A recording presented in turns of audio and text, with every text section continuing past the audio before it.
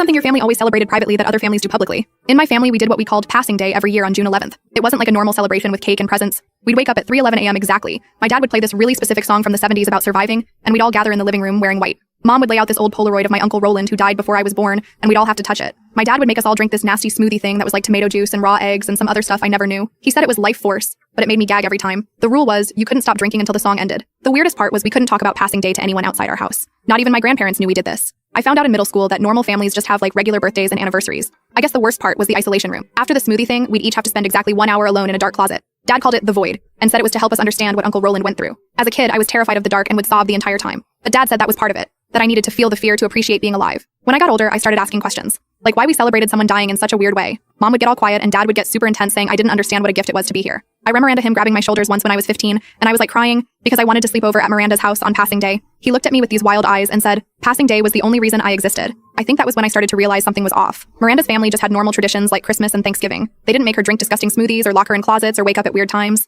They didn't have pictures of dead relatives they had to touch. I spent years being so confused about it all. Sometimes I'd try to ask about Uncle Roland, like how he died or why we did all this stuff. Mom would just say he passed over, which told me nothing. Dad would get this distant look and say Roland sacrificed everything for our family. It was all so dramatic and vague. When I turned 18, I refused to do Passing Day. Dad went ballistic, like full on screaming that I was ungrateful and didn't deserve what Roland had given us. Mom just cried in the corner, which made me feel like shit, but I couldn't do it anymore. I stood my ground and Dad actually locked me out of the house. I had to stay with Miranda that night. The next day, Mom called me crying, saying I needed to come home. When I got there, Dad was acting like nothing happened. It was so messed up. He just casually asked if I wanted breakfast, like he hadn't kicked me out the night before. After that, I moved out as fast as I could, got an apartment with Kayla, and tried to put some distance between me and my family's weirdness. I'd still visit sometimes, but I made sure it was never around June 11th. The thing is, I still couldn't stop thinking about Uncle Roland and what really happened. Why did we have this bizarre ritual around his death? Why was my dad so obsessed with it? Why couldn't we talk about it? Last year, I finally got the courage to ask my grandma about him. We were having coffee, and I just casually mentioned Roland's name. She got this confused look and was like, who? Which blew my mind because this was supposedly her son who died. I tried to explain about Dad's brother Roland who passed away before I was born. Grandma looked seriously concerned and told me my dad was an only child. She'd never heard of any Roland in the family. I felt like I was going crazy.